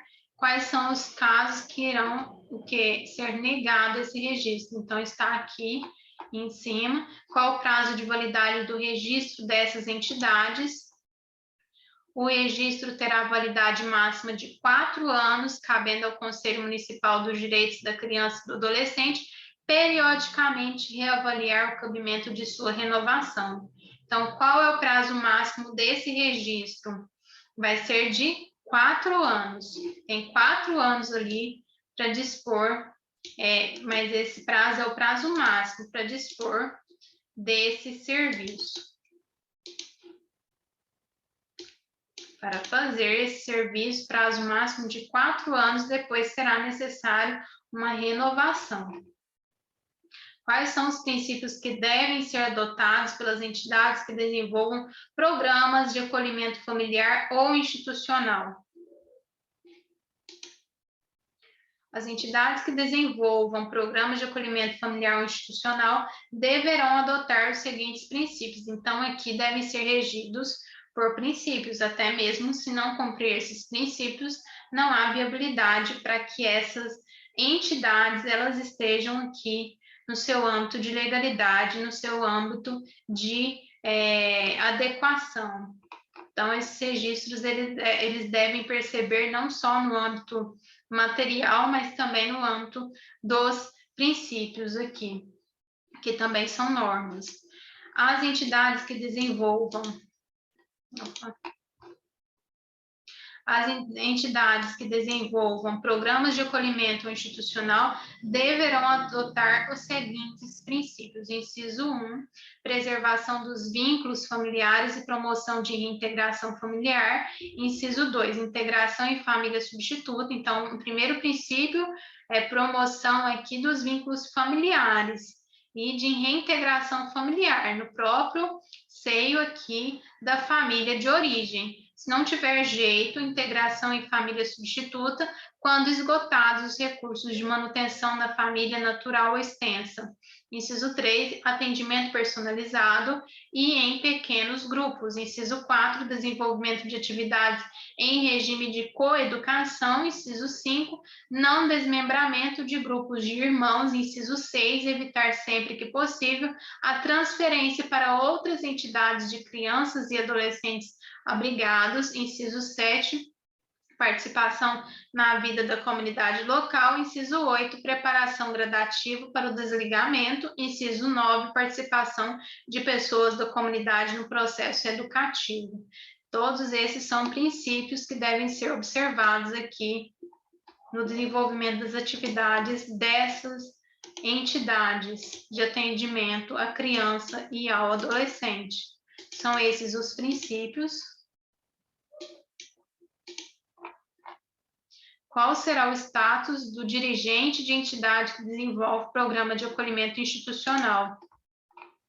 O dirigente de entidade que desenvolve programa de acolhimento institucional é equiparado ao guardião para todos os efeitos de direito. Então, aqui será quem?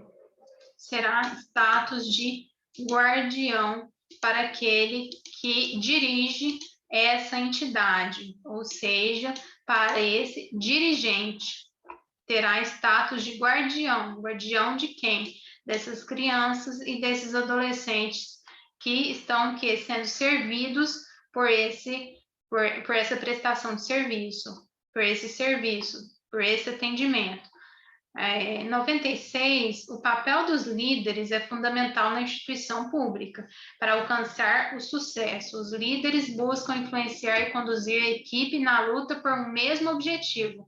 Para isso é necessário controle e fiscalização. Isso acontece nos casos dos dirigentes de entidades que desenvolvem programas de acolhimento familiar. Para que ocorra a fiscalização, qual é o prazo para a feitura do relatório circunstanciado acerca da situação de cada criança ou adolescente?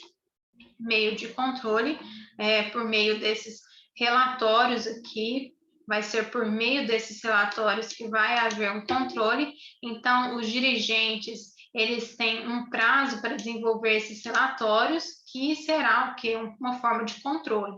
Os dirigentes de entidades que desenvolvem programas de acolhimento familiar ou institucional remeterão à autoridade judiciária, no máximo a cada 6 meses, relatório circunstanciado acerca da situação de cada criança ou adolescente acolhido e sua família, para fins de reavaliação prevista no parágrafo 1º do artigo 19 desta lei. Então, no máximo, a cada 6 meses haverá aqui um relatório circunstanciado acerca da situação de cada criança ou adolescente acolhido e sua família, não só da criança e do adolescente, mas como está ali a situação da família, até mesmo para o controle aqui do Poder Judiciário.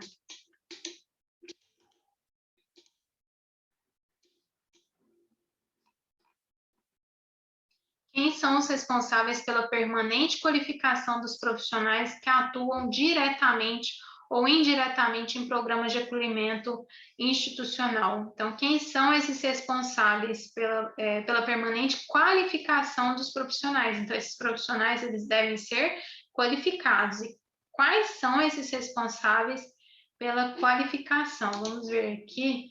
Os entes federados, por intermédio do poder nos poderes executivos e judiciário, promoverão conjuntamente e permanentemente, de forma permanente, a qualificação dos profissionais que atuam direta ou indiretamente em programa de acolhimento institucional e destinados à colocação familiar de crianças e adolescentes, incluindo membros do Poder Judiciário, Ministério Público e Conselho Tutelar. Então, são esses os responsáveis pela qualificação permanente desses profissionais. Então, esse serviço não será exercido de qualquer forma, será necessária uma qualificação e essas qualificações serão aqui estabelecidas e direcionadas pelos próprios entes federados por meio de seus poderes executivos.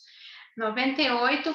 Como as entidades de acolhimento devem agir para evitar a alienação parental?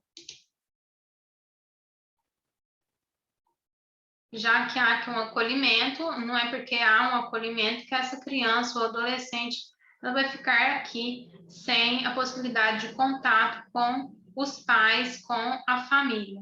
Então, aqui,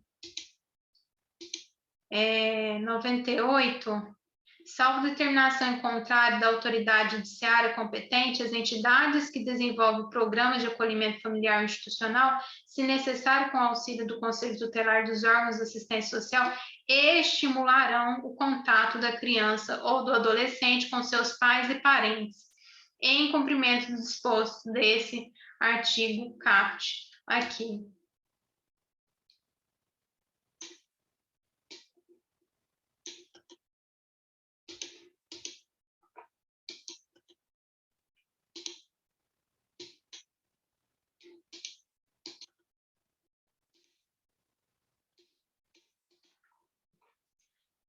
As entidades que desenvolvem programas de acolhimento familiar ou institucional somente poderão receber recursos públicos.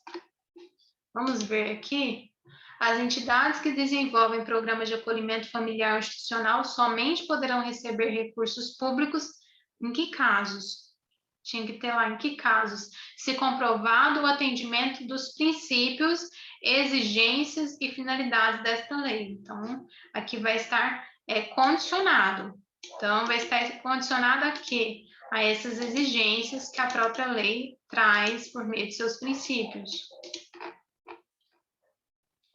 O que ocorre com o descumprimento das disposições do Estatuto da Criança e do Adolescente pelo dirigente de entidade que desenvolve programas de acolhimento familiar ou institucional? Então, aqui há um descumprimento. O que ocorre com o descumprimento dessas disposições pelo próprio dirigente? Então, o descumprimento das disposições desta lei pelo dirigente de entidade que desenvolva programa de acolhimento familiar institucional é causa de sua destituição sem prejuízo da apuração de sua responsabilidade administrativa, civil e criminal. Então, ele vai ser, sim, responsabilizado pelo descumprimento dessas medidas que estão prescritas em lei. Há aqui uma responsabilidade, inclusive por seus agentes que vão exercer esses programas de atendimento. Qual idade em acolhimento institucional deve ter especial atenção à atuação de educadores?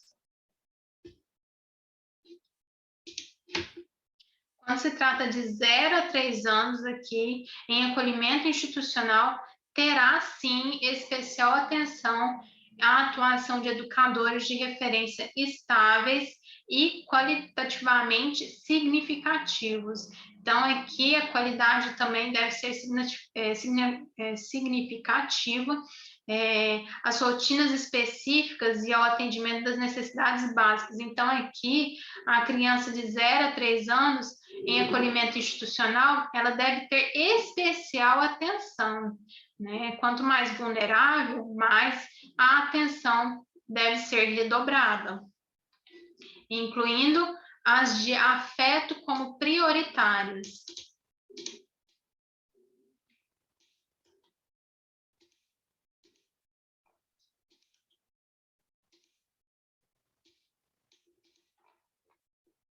Em quais casos as crianças e adolescentes que estão em situação de acolhimento institucional podem ser acolhidas sem prévia determinação da autoridade competente?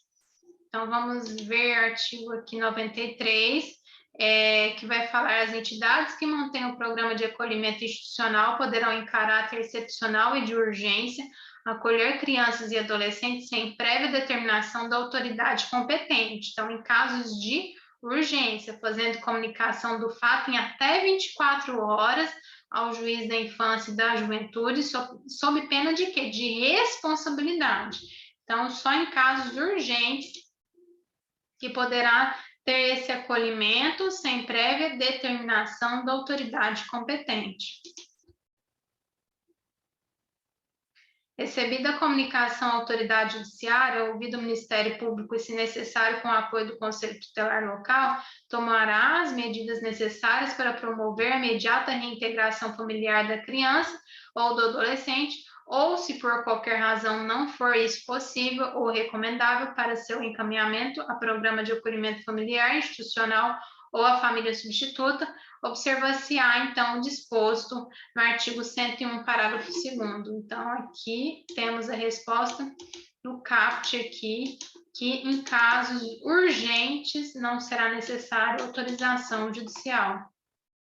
Quais são as obrigações das entidades de desenvolvimento que desenvolvem programas de internação?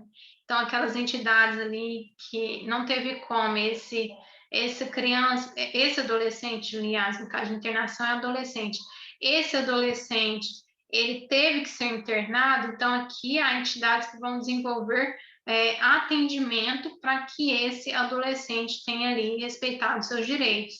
E aí, no artigo 94, as entidades que desenvolvem programas de internação têm as seguintes obrigações, entre outras. Inciso 1, observar os direitos e garantias de que são titulares aos adolescentes. Inciso 2, não restringir nenhum direito que não tenha sido objeto de restrição na decisão de internação. Inciso 3, oferecer atendimento personalizado em pequenas unidades e grupos reduzidos. Inciso 4, preservar a identidade e oferecer ambiente de respeito e dignidade ao adolescente. Inciso 5, diligenciar no sentido do restabelecimento e da preservação dos vínculos familiares. Inciso 6, comunicar à autoridade judiciária periodicamente os casos em que se mostre inviável ou impossível o reatamento dos vínculos familiares. Inciso 7, aqui então estou falando de internação, tá certo? Tem as seguintes obrigações. Inciso 7, oferecer instalações físicas em condições adequadas de habitabilidade, higiene, salubridade, segurança e os objetos necessários à higiene pessoal. Inciso 8, oferecer vestuário e alimentação suficientes e adequados à faixa etária dos adolescentes atendidos. Inciso 9, oferecer cuidados médicos, psicológicos, odontológicos e farmacêuticos. Inciso 10, propiciar escolarização e profissionalização. Inciso 11, propiciar atividades culturais, esportivas de lazer. Inciso 12, propiciar assistência religiosa àqueles que desejarem de acordo com suas crenças. Inciso 13, proceder a estudo social e pessoal de cada caso. Inciso 14, reavaliar periodicamente cada caso com intervalo máximo de 6 meses, dando ciência dos resultados à autoridade competente. Inciso 15, informar periodicamente o adolescente internado sobre sua situação processual. 16, comunicar às autoridades competentes todos os casos de adolescentes portadores de moléstias infecto-contagiosas. 17, fornecer comprovante de depósito dos pertences dos adolescentes. 18, manter programas destinados ao apoio e acompanhamento dos egressos. 19, providenciar os documentos necessários ao exercício da cidadania àqueles que não os tiverem. Inciso 20, manter arquivo de anotação onde constem data e circunstâncias do atendimento, nome do adolescente, seus pais ou responsável perante, endereço, sexo, idade, acompanhamento da sua formação, relação de seus pertences e demais dados que possibilitem a sua identificação e a individualização do atendimento. Então, tudo isso deve ser observado no campo aqui da internação.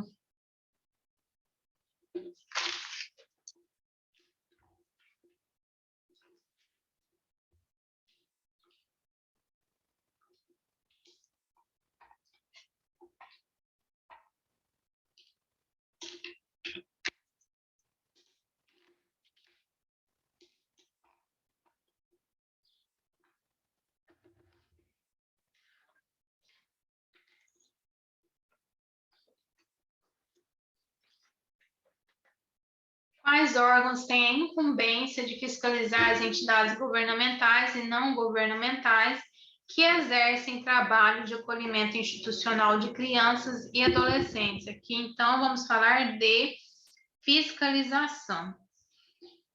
Fiscalização das entidades. Da fiscalização das entidades, as entidades governamentais e não governamentais referidas no artigo 90 serão fiscalizadas por quem? Judiciário, Ministério Público e conselhos tutelares. Então, são esses os órgãos fiscalizadores dessas entidades. A prestação de contas públicas é uma medida imprescindível para os gestores dos órgãos. Um dos motivos é que essa iniciativa está ligada diretamente à transparência da administração pública. Hoje, os cidadãos querem governos eficientes e que saibam utilizar os recursos financeiros de maneira adequada. Para que seja possível a fiscalização dessa adequação, em qual ente será realizada a apresentação dos planos de aplicação e as prestações de contas das entidades de acolhimento que recebem recursos públicos. Então, essas entidades que recebem recursos públicos, elas devem ser fiscalizadas. E qual que será esse método de fiscalização?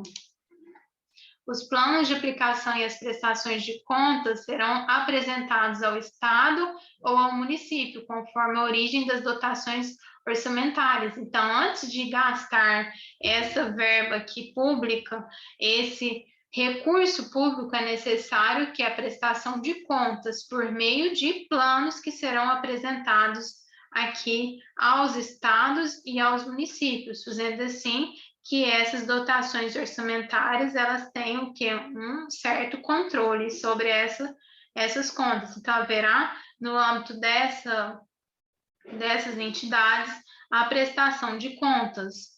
Os planos de aplicação e as prestações de contas serão apresentados ao Estado, ao município, conforme a origem das dotações. Se a dotação orçamentária que estava ali prevista na lei veio de ente municipal, prestação de conta ao município. Se veio da União, prestação de conta para a União, e assim sucessivamente.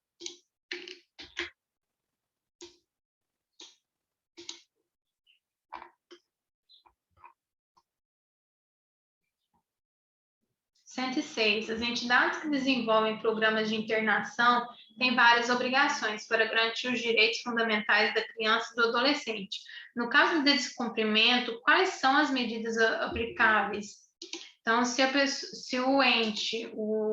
entidade descumpriu essas orientações que versam sobre o programa de internação, quais são aqui as medidas aplicáveis a essas entidades?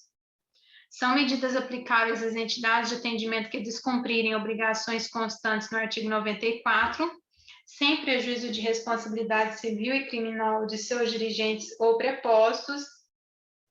Inciso 1. As entidades governamentais: A, advertência; B, afastamento provisório de seus dirigentes; C, afastamento definitivo de seus dirigentes; e D, fechamento de unidade ou interdição de programa. E depois, se for entidade não governamental que oferece esse tipo de serviço, aí também será a advertência, a linha B, suspensão total ou parcial do repasse de verbas públicas; C, interdição de unidade ou suspensão de programas; e D, cassação do registro. Então, são todas essas as orientações e sanções aplicadas aqui para essas entidades que descumprem a legislação no campo aqui das internações, do programa de atendimento às crianças e adolescentes, ou melhor, os adolescentes, nesse caso, que estão ali internados. A quem deverá ser comunicadas infrações cometidas por entidade de atendimento que coloquem em risco os direitos assegurados pelo Estatuto da Criança e do Adolescente. Então, aqui a gente vai perceber que, em caso de reiteradas infrações cometidas por entidades de atendimento que coloquem em risco os direitos assegurados nesta lei, deverá ser o fato comunicado ao Ministério Público ou representado perante a autoridade judiciária competente para as providências cabíveis, inclusive suspensão das atividades ou dissolução da entidade. Nós vemos aqui que vai ser que o fato comunicado para o Ministério Público e para o representante aqui para a autoridade judiciária. Tanto o Ministério Público pode ser comunicado, quanto a autoridade judiciária competente, que vão adotar medidas cabíveis contra essas entidades de atendimento que coloquem em risco os direitos assegurados no Estatuto da Criança e do Adolescente.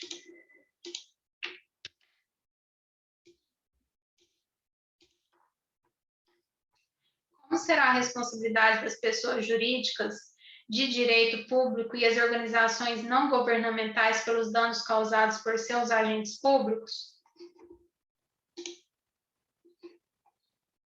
As pessoas jurídicas de direito público e as organizações não governamentais que são responsáveis aqui responderão pelos danos que seus agentes causarem às crianças e aos adolescentes, caracterizado o descumprimento dos princípios norteadores das atividades de proteção específica. Então, a responsabilidade será objetiva. A responsabilidade será objetiva por quê? Porque a pessoa jurídica de direito público ela vai responder pelos danos causados pelos seus agentes. Então, aqui há uma responsabilidade que verse sobre danos que essa pessoa jurídica vai responder. Então, vamos colocar mesmo porque esse aqui é um serviço estatal.